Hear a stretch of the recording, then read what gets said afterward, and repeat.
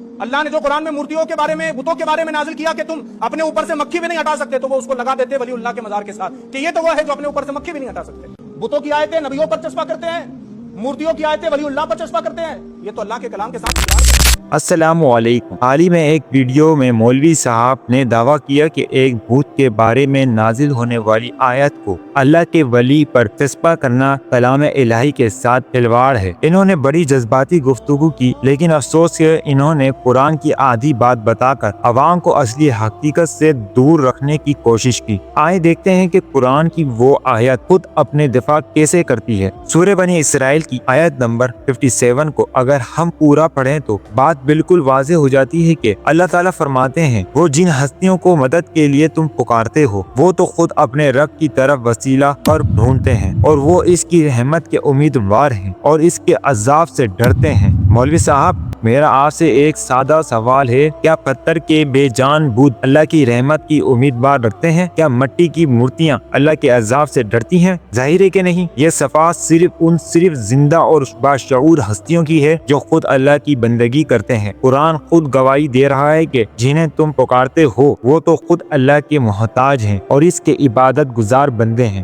اب آئیں اس دلیل پر کہ یہ آیت کس کے لیے ہے۔ صحیح بخاری کی حدیث نمبر 4714 نے تو یہ فیصلہ کر دیا کہ یہ آیت بت کے لیے نہیں۔ حضرت عبداللہ بن مسعود رضی اللہ تعالی عنہ فرماتے ہیں کہ یہ آیت ان لوگوں کے بارے میں اتری جو جنات کی ایک گروہ کو پکارتے تھے، جبکہ وہ جنات خود مسلمان ہو کر اللہ کی عبادت کرنے لگے تھے۔ اب چاہیے وہ جنات ہوں، فرشتے ہوں یا کوئی اور ایک نیک ہستی، قرآن کا اصول سب کے لیے ایک ہے، اللہ کے سوا کوئی حاجت روا نہیں۔ قرآن پاک کی ان آیتوں کا اصلی مقصد یہ بتانا ہے کہ جن ہستیوں کو لوگ مشکل کشا کے لیے پکارتے ہیں وہ تو خود اللہ کی رحمت کی تلاش میں ہیں۔ حقائق آپ کے سامنے ہیں۔ ہمیں چاہیے کہ ہم قرآن کو کسی کی پسند یا ناپسند کے بجائے کہ اصل مفہوم کے ساتھ سمجھیں۔ اللہ ہمیں حق بات پر قائم رہنے کی توفیق دے، آمین۔